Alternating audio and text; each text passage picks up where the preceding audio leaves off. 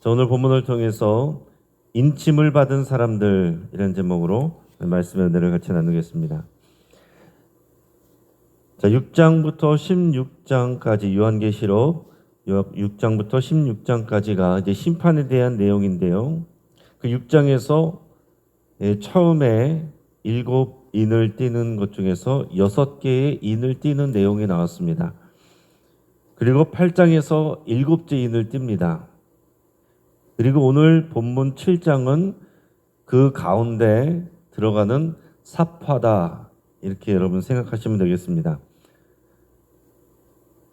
요한계시록에는 두 가지 삽화가 나오는데요.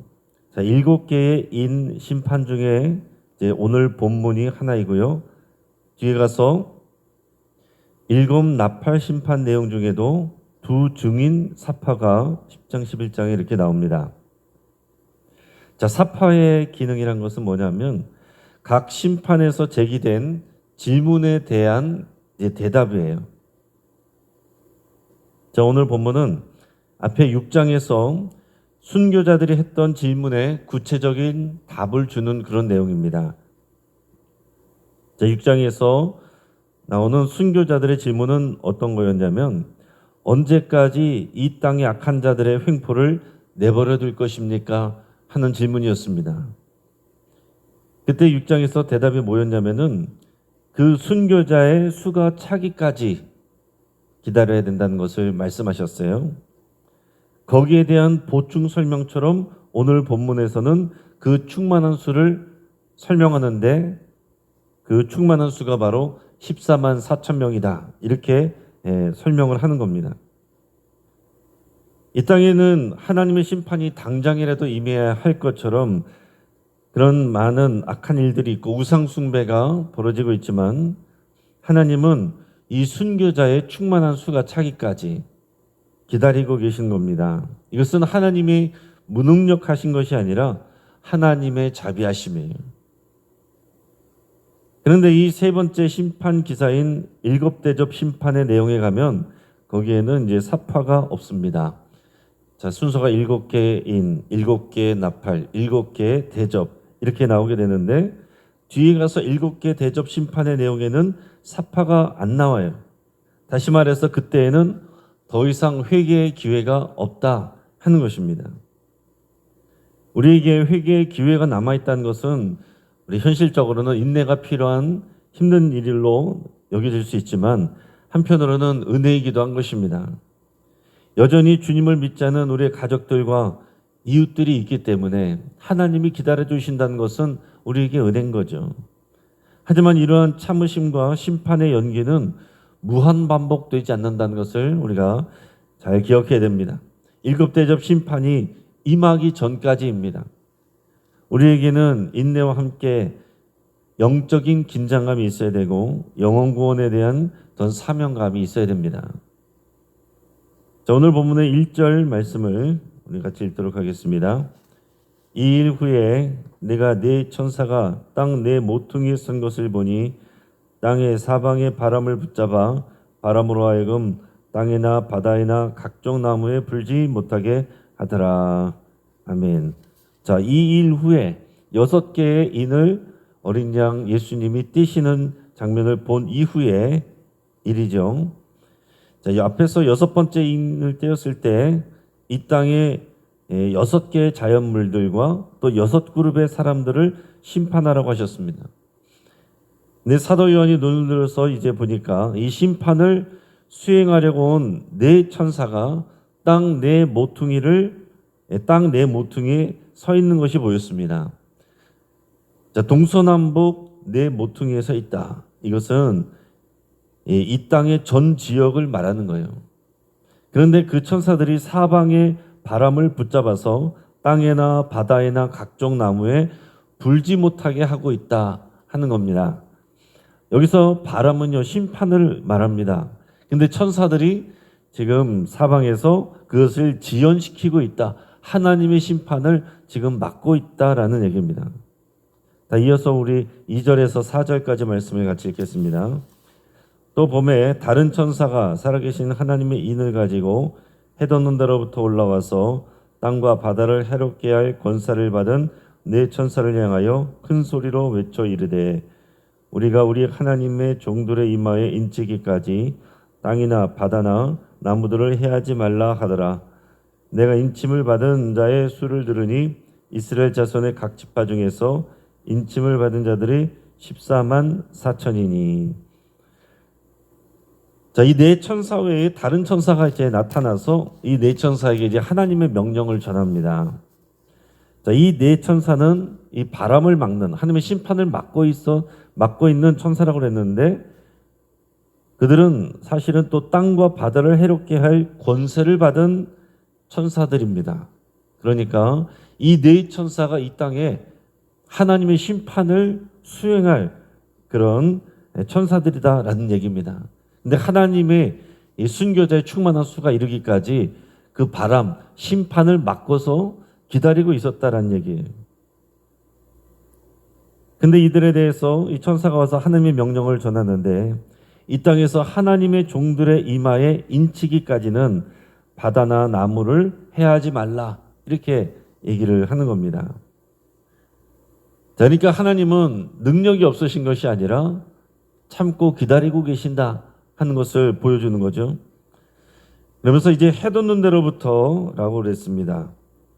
자, 해 돋는 데로부터 그 다른 천사가 올라왔다라고 그랬는데, 해 돋는 데는 이제 동편이죠. 하나님의 구원이 동방에서 임한다라는 의미고, 이것은 이사야 41장 2절에도 그런 표현이 있습니다. 그러니까 동편은 해가 떠오르는 곳이잖아요. 그러니까 이방 우상을 섬기는 사람들은 동편에서 떠오르는 태양을 보면서 태양신을 섬깁니다. 그러나 하나님은 태양이 떠오르는 동쪽에서부터 하나님의 영광이 임한다는 것을 이렇게 말씀하세요. 그래서 성전과 성막의 출입구도 동쪽에 문이 나 있습니다. 이게 다 이제 의미가 다 담겨 있는 거죠. 그래서 메시아가 동방에서 온다라는 그런 성경의 의미도 이제 다 연결이 되어 있습니다. 자, 이마에 인을 쳤다. 하나님의 말씀을 지키는, 하나님의 말씀에 순종하는 성도들의 이마에 인을 쳤다. 인을 친다는 것은 이마에다 도장을 찍는다는 얘기예요. 이것은 하나님의 소유를 표시하는 것입니다. 그리고 하나님이 보호할 사람들을 표시하는 것이고, 구원받은 자들이 누구인지를 하나님께서 아신다는 것을 의미합니다. 하나님은 다 표시해 놓는 거예요. 여러분, 하나님은 이 표시하는 게 중요합니다. 출애굽기에서도 보면은 어린 양의 피로 표시를 해놓은 그 집이 구원을 받잖아요. 지금도 마찬가지로 성령의 인이 이마에 쳐져 있는 사람들이 구원을 받는 겁니다. 우리가 볼 때는 다 비슷해 보이고 더 선한 사람들이 있어 보일 수 있지만 그러나 예수님을 믿는 자들에게 성령의 인을 치셨습니다. 저 여러분들의 이마에는 성령의 인이 쳐져 있는 거예요. 할렐루야. 이것처럼 기쁜 여러분 소식이 없는 겁니다. 이 세상은 심판으로 여전히 달려가고 있지만 하나님은 먼저 자기 백성들에게 성령으로 이마에 인을 쳐놓으셨다, 찍어 놓으셨다라는 얘기예요. 우리가 하나님께 인침받은 자들인 것을 여러분 확신하고 감사할 수 있길 바랍니다. 자, 이것이 바로 우리가 환난과 심판 가운데서도 소망을 가질 수 있는 이유예요. 자, 그리고 인침을 받은 자의 수는 이스라엘 지파 중에서 14만 4천 명이라고 이렇게 얘기를 했습니다. 자, 14만 4천은 비유적 표현이에요. 자, 이것은 12제자 곱하기 12지파 그리고 1000명 완전수를 상징하는 또 1000을 곱한 것이 14만 4천입니다. 자, 14만 4천은 그 마지막 때에 최후의 전쟁을 치를 군사들이 이제 됩니다. 대장 되신 어린 양 예수님의 이 군사들이에요. 구원받은 하나님의 백성들은 이 영적 전쟁을 감당해야 되는 이제 십자가 군병인 것입니다. 저 여러분들은 구원을 받는 하나님의 백성일 뿐만 아니라 이 영적 전쟁을 감당하는 하나님 나라의 군사들이에요. 이처럼 14만 4천 명이라는 것은요, 문자적 숫자를 말하는 게 아닙니다. 구약 이스라엘과 신약 교회를 통합한 하나님의 온전한 백성을 상징하는 숫자입니다. 근데 이 신천지 이단은 어떻습니까? 이 14만 4천 명이 그냥 숫자 그대로 실제로 14만 4천 명을 말한다고 이렇게 주장을 하고 자기들 신천지에서 훈련받은 실제 사람들이라고 이렇게 주장을 하는 겁니다. 벌써 수년 전 기사에서 의하면 신천지는요, 자기들 성도들을 대상으로 14만 4천 명이 이제 해당된다고 얘기를 했었습니다. 그리고 입맞음 시험을 치렀어요. 그러니까 시험을 치르는 겁니다. 자기들이 가르치는 이 교리 공부를 시험을 쳐가지고 90점이 넘는 사람이 입맞음을 받은 사람이다. 이렇게 얘기를 해버리는 거예요. 근데 90점 이상 득점자가 벌써 수년 전에 15만 명에 달했다는 거예요. 그럼 어떻게 됩니까? 14만 4천 명을 벌써 넘어버렸잖아요. 그러니까 나중에 20만 명에 육박하게 되니까 이제 시험을 치르고 되었고 90점 이상을 맞아야 이 제사장 역할을 감당할 수 있다. 이렇게 얘기를 했어요. 근데 이미 90점 이상 득점자도 15만 명을 넘었었다는 거예요. 이단들에 대해 동향을 보고하는 현대 종교의 보도에 따르면 그래서 이 입맞음 시험 정말 인침자인지 아닌지 시험을 봐서 90점이 넘어야 인침을 이게 확정이 되는데 이 시험을 치를 때 너무 긴장이 되니까 그 시험을 치르는 사람들 중에서는 너무 스트레스를 받아가지고 뇌졸중으로 쓰러진 그런 신도도 있다라고 이렇게 보고를 했습니다. 자, 입맞음 시험에 90점 이상을 넘어야 내가 인침을 받고 제사장이 된다. 나라와 제사장이 된다. 이렇게 되니까 그 날이 정말 구원을 받는 기쁨의 날이 아니라 떨어지면은 정말 이제 왕노릇할 제사장에서 탈락하는 숨막히는 긴장과 부담의 시간들이 되는 겁니다. 저는 한심한 안타까운 그런 일들이 이 땅에서 지금 일어나고 있습니다. 그런데 한편으로는 이렇게 많은 수의 성도들이 이단의 미혹에 넘어간다는 사실 자체가 충격인 것이고 또 슬픔인 것입니다. 또 교회 안에서는 우리가 말씀을 배우라고 광고를 해도 그렇게 안 하는데 이런 데는 이게 구원받는 것이라고 믿고서 그 열심을 내고 각자가 90점 이상을 맞기 위해서 그렇게 애쓰고 수고하고 공부하고 그런 사람들이 이렇게 많다는 거죠. 그러나 다시 말씀드리면 요한계시록은 문학 장르상 상징이 가득한 그런 묵시 문학이에요. 14만 4천이라는 것은 모든 시대에 참된 하나님의 백성 전체를 상징하는 숫자입니다. 그러니까 혈통적으로 이스라엘 사람들과 그리고 12명의 제자가 아니라 하나님의 백성들 그리고 이제는 신약교회가 새로운 이스라엘이 되는데 그것을 다 합치고 또 거기에 완전수 천을 곱한 그런 방식으로 이제 표현을 한 것입니다. 자, 이어서 5절에서 8절까지 말씀을 우리 같이 읽겠습니다. 유다 지파 중에 인침을 받은 자가 1만 2천이요 루벤 지파 중에 1만 2천이요 갓 지파 중에 1만 2천이요 아셀 지파 중에 1만 2천이요 납달리 지파 중에 1만 2천이요 므낫세 지파 중에 1만 2천이요 시몬 지파 중에 1만 2천이요 레위 지파 중에 1만 2천이요 이사갈 지파 중에 1만 2천이요 스불론 지파 중에 1만 2천이요 요셉 지파 중에 1만 2천이요 베니멘 지파 중에 인침을 받은 자가 1만 2천이라. 아멘. 자, 12지파에서 인침을 받은 자들이 각 지파당 12,000명씩. 이것도 우리가 보면 알 수 있겠죠. 12 곱하기 1000 해서 12,000명씩인데 근데 여기서 잘 보면 이 지파는 유다 지파를 시작을 해서 12지파인데 이 명단의 특징은 뭐냐면 구약에 나오는 단 지파와 에브라임 지파가 없습니다. 대신 레위 지파와 요셉 지파 이름이 들어가 있어요. 아마도 단 지파와 에브라임 지파는 우상 숭배와 연관이 돼서 이제 빠진 것으로 이제 여겨집니다. 자, 9절에서 12절까지 말씀을 같이 읽겠습니다. 이일후에 내가 보니 각 나라와 족속과 백성과 방언에서 아무도 능히 셀 수 없는 큰 무리가 나와 흰 옷을 입고 손에 종려가지를 들고 보좌 앞과 어린 양 앞에 서서 큰 소리로 외쳐 이르되 구원하심이 보좌에 앉으신 우리 하나님과 어린 양에게 있도다 하니 모든 천사가 보좌와 네 장로들과 네 생물의 주위에 서 있다가 보좌 앞에 엎드려 얼굴을 대고 하나님께 경배하여 이르되 아멘. 찬송과 영광과 지혜와 감사와 존귀와 권능과 힘이 우리 하나님께 세세토록 있을지어다. 아멘 하더라.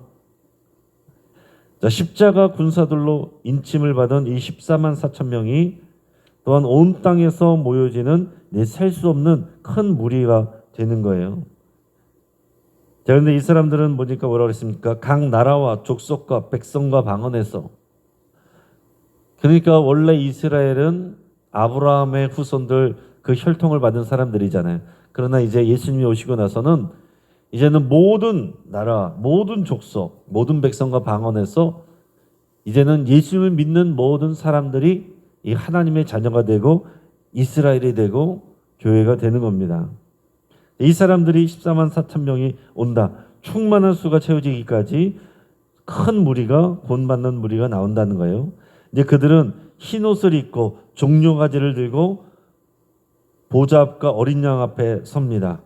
자, 보좌에는 하나님 아버지께서 여호와 하나님이 앉아 계신 것이고 또 어린 양은 예수 그리스도입니다. 그러니까 하나님 아버지와 어린 양께 이제 흰 옷을 입고 종려가지를 든 이 14만 4천 명의 사람들이 하나님 앞에서 큰 소리로 찬양을 합니다. 구원하심이 보좌에 앉으신 우리 하나님과 어린 양에게 있도다. 구원은 우리 하나님과 예수 그리스도의 손에 들려 있는 거예요. 그러자 이제 옆에 있던 모든 천사들이 보좌 앞에 엎드려서 얼굴을 대고 하나님께 또한 경배합니다. 마찬가지로 구원하심이 보좌에 앉으신 우리 하나님과 어린 양에게 있도다. 자, 이처럼 요한계시록은 교회와 성도들에게 심판과 또 두려움을 강조하는 것이 아니라 구원과 승리를 또 그리고 소망을 제시하는 것입니다. 그러니까 그 당시에 핍박받는 이 초대교회 성도들이 이런 주의 말씀을 받을 때에 얼마나 큰 위로를 받고 힘을 얻었겠어요. 힘들고 피곤하지만은 우리가 낙심하지 말고 이 말씀을 배신하지 말고 우리가 끝까지 견뎌서 하나님 나라에서 그 보좌 앞에서 흰 옷을 입고 종려가지를 흔들며 천사들과 함께 하나님을 예비하는 그것이 우리를 위하여 준비되었다. 이것을 또 듣고서 서로를 이제 격려하고 힘을 얻는 거죠. 이제 성도들이 하나님 나라에서 누리는 은혜에 대해서 더 얘기가 나옵니다. 13절에서 17절까지 말씀을 같이 읽겠습니다. 장로 중 하나가 응답하여 나에게 이르되 이 흰옷 입은 자들이 누구며 또 어디서 왔느냐? 내가 말하기를 내 주여 당신이 아시나이다 하니 그가 나에게 이르되 이는 큰 환난에서 나오는 자들인데 어린 양의 피에 그 옷을 씻어 희게 하였느니라. 그러므로 그들이 하나님의 보좌 앞에 있고 또 그의 성전에서 밤낮 하나님을 섬김에 보좌에 앉으신 이가 그들 위에 장막을 치시리니 그들이 다시는 줄이지도 아니하며 목마르지도 아니하고 해나 아무 뜨거운 가운데 상하지도 아니하리니 이는 보좌 가운데에 계신 어린 양이 그들의 목자가 되사 생명수 샘으로 인도하시고 하나님께서 그들의 눈에서 모든 눈물을 씻어주실 것임이라. 아멘. 자, 한 장로가 나와서 이 사방에서 몰려온 사람들이 누구인지를 물어봅니다. 그러니까 사도 요한이 당신이 아시잖아요. 이렇게 하니까 이제 이 장로가 다시 또 설명을 합니다. 그들은 어떤 사람들이냐면 큰 환난 가운데서 나온 자들이다. 이렇게 얘기를 했습니다. 자, 환난을 겪지만 자기 믿음을 지킨 사람들이. 그러면서 또 뭐라고 그들을 표현하냐면 그들은 모두 어린 양의 피에 자기 옷을 씻어서 희게 되었다라고 그랬습니다. 자, 예수 그리스도의 피의 능력을 믿는 자들, 예수님을 믿는 자들은 우리 씻김을 받고 희게 된 사람들입니다. 저와 여러분들이 예수님을 믿고 어린 양의 피에 씻김을 받은 희게 된 사람들이에요. 여러분, 이것이 신앙의 역설이죠. 우리가 그냥 읽을 때는 이게 말이 안 되는 겁니다. 붉은 피로 씻었는데 어떻게 희어집니까? 근데 이게 신앙의 역설이에요. 자, 유다의 사자인데 죽임당한 어린 양으로 나타나시는 거. 이게 다 역설이죠. 신앙은 역설입니다. 여러분, 예수님은 십자가에서 비참한 죽음을 받으셨는데 그 저주의 십자가가 우리의 구원의 상징이 되잖아요. 구원의 표대가 되지 않습니까? 그 예수님의 비참함이 우리의 영광이 되고 그분의 수치가 우리의 찬송이 되는 겁니다. 이런 역설의 신앙, 이게 우리가 믿는 그 믿음의 실체예요. 보이는 것을 넘어서서 보이지 않는 영적 세계를 그래서 우리가 믿음으로 바라볼 수가 있어야 되겠습니다. 이 사람들은 하나님의 보좌에서 밤낮 하나님을 섬기게 되고 하나님은 그들 위에 장막을 치셔서 그들과 함께 계신다라고 그랬습니다. 여러분, 광야에서도 보면 이스라엘 백성의 그 진을 치고 있을 때 그 한가운데에 성막을 치게 하셨습니다. 백성들 가운데 거하시는 하나님이에요. 예수님도 내가 성전이라고 하셨고 예수님이 우리들 가운데 성전으로 거하시는 겁니다. 이 말은 하나님의 백성들, 믿음의 백성들 가운데 우리 하나님 함께 계신다, 그런 표현입니다. 그래서 하나님 나라에서 구원받은 백성들은 다시는 줄이지도 아니하고 목마르지도 아니하고 해나 아무 뜨거운 가운데도 또 기운에도 상하지 아니할 것이라 그랬습니다. 자, 역설적으로 이 사람들은 이 땅 가운데서 그 믿는 믿음 때문에 이런 일들을 당했던 사람들이에요. 굶주림을 당하기도 하고 목마름을 또 고통스러워하기도 하고 해나 뜨거운 기운에 상함을 받는, 핍박을 받는 그런 사람들이었다라는 것입니다. 우리는 이러한 천국 소망을 가지고 현실을 살아야 되는 사람들입니다. 그러니까 여러분 요한계시록을 잘 읽고 또 묵상하면서 오늘 우리가 살아가는 이 땅의 인생의 목표가 이 땅에서 단지 잘 먹고 잘 살고 그리고 아프지 않고 죽는 게 최고의 목적이어서는 안 된다는 사실이에요. 우리의 노후를 평안하게 지내는 것이 인생의 전체 목적이 아닙니다. 요즘 젊은이들이 생각하는 것처럼 빨리 돈 벌어서 그리고 여유 있게 여행 다니면서 사는 것, 그것이 하나님이 이 땅에 우리를 보내신 사명이나 목적이 아니다라는 사실입니다. 우리는 믿음으로 살아내고 또 이 땅에서 하나님 나라를 건설하며 또 영적 전쟁을 감당해내야 되는 그런 사람들입니다. 예수님을 믿는데 어떻게 이런 어려움과 고통이 오느냐, 오히려 더 손해를 보느냐, 그것이 하나님의 영광이에요. 하나님의 영광을 받는 사람들의 우리의 삶입니다. 우리는 그런 삶으로 보냄받은 사람들이에요. 그러니까 요한계시록을 통해서 우리는 이러한 메시지를 받아야 되고 소망을 가져야 되고 우리가 무엇을 위해서 살아야 되느냐, 어디서 위로를 받고 소망을 가져야 되느냐, 여러분 이것을 우리가 배워야 되는 그런 사람들입니다. 이런 일이 가능한 것은 어린 양 예수님이 우리의 목자가 되시기 때문이라고 그렇게 말씀하고 있어요. 예수님이 십자가에서 우리 대신 죽으셨을 뿐만 아니라 우리와 함께 죽으셨고 우리와 함께 다시 살아나셔서 우리의 목자가 되시고 우리의 주인이 되시고 우리 왕이 되셔서 우리와 함께 거하시며 우리를 인도해 주시는 겁니다. 우리를 지켜주시고 우리를 보호해 주시는 거예요. 성령님을 보내셔서 우리에게 지혜를 주시고 능력을 주시고 함께하여 주시는 겁니다. 예수님이 우리를 또한 생명수샘으로 인도하신대요. 또한 예수님이 우리의 눈에서 모든 눈물을 닦아주신다, 이렇게 말하고 있습니다. 이것을 사도 요한이 보고 있는 겁니다. 자, 하나님은요 고난과 핍박이 없는 삶을 보장하는 것이 아닙니다. 그 가운데서 우리 영혼에 또 이마에 인치시고 보호하시고 우리의 인내에 영광과 상급으로 보상하시는 분이십니다.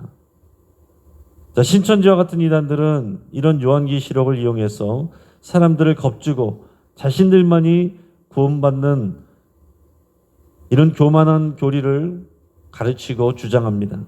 그러나 하나님은 지금도 전 세계에 있는 모든 족속과 방언과 백성 중에서 참된 성도들을 부르시고 인치시고 지키고 계십니다. 근데 여러분, 지금 각 선교지에도 신천지를 비롯한 각종 이단들이 나가서 얼마나 선교에 힘을 쓰는지 모릅니다. 그래서 선교사님들마다 굉장한 어려움을 당하고 있어요. 이 사람들은 이단입니다 말하고 하면 또 바로 공격을 받는 거예요. 이단들은요, 돈을 싸고 나가서 각 선교지마다, 우리 선교사님들이 나가 있는 선교지마다 나가서 돈을 써가지고 또 환심을 사고 그들의 교회를 가르치고 이런 일들을 하고 있습니다. 선교는 누가 해야 됩니까? 올바른 하나님의 참 백성이 해야 되는 거죠. 주님이 오실 때까지 이 일을 우리가 더 기쁨으로 힘있게 감당해야 될 일을 이단들이 가서 왜곡시키며 또 엉뚱한 일을 하고 있다는 사실입니다. 우리도 이 시대에 환난 가운데 있습니다. 질병이 있을 수도 있고 전쟁이나 경제적 불안이나 신앙의 박해를 받을 수도 있습니다. 그러나 하나님께 인침받은 자는 결코 버려지지 않습니다. 마침내 우리는 흰옷을 입고 종려가지를 들고 보좌 앞과 어린 양 앞에 영광 중에 찬양하게 될 것입니다. 이 믿음 가지고 이기고 승리하시기를 주의 이름으로 축복합니다. 이제 말씀을 붙잡고 함께 기도하겠습니다. 성령의 인침을 받은 자들이 된 것을 여러분 감사드릴 수 있길 바랍니다. 여러분 이 땅에 어떤 것도 우리가 이 귀한 소식과 비교할 수 있는 것이 없습니다. 성령의 인치심을 받은 것을 감사드리고 어떠한 고난에도 우리가 믿음으로 승리하기로 여러분 결단할 수 있기 바랍니다. 흔들리지 않기로 여러분 결단하시고 믿음으로 우리를 인도해달라고 기도하시며 또한 우리의 가족들과 지인들이 인침을 받은 자들이 되기를 여러분 간절히 기도할 수 있기 바랍니다. 또 환우들을 위해서 여러분들의 치유를 위해서 함께 기도해 주시고 또 우리 금요기도를 위해서 하나님의 은혜가 부어지고 또한 우리 교회가 정말 기도하는 일에 깨어있기를 우리 성령으로 충만함을 받기를 위해서 함께 기도하겠습니다. 또 이 교회는 나오지만 믿음이 없거나 또 흔들리는 성도님들을 위해서 그들의 말씀 위에 바르게 세워지기를 위해서 함께 기도하겠습니다. 이 시간 주여 한 번 부르짖고 합심해서 함께 기도하겠습니다. 주여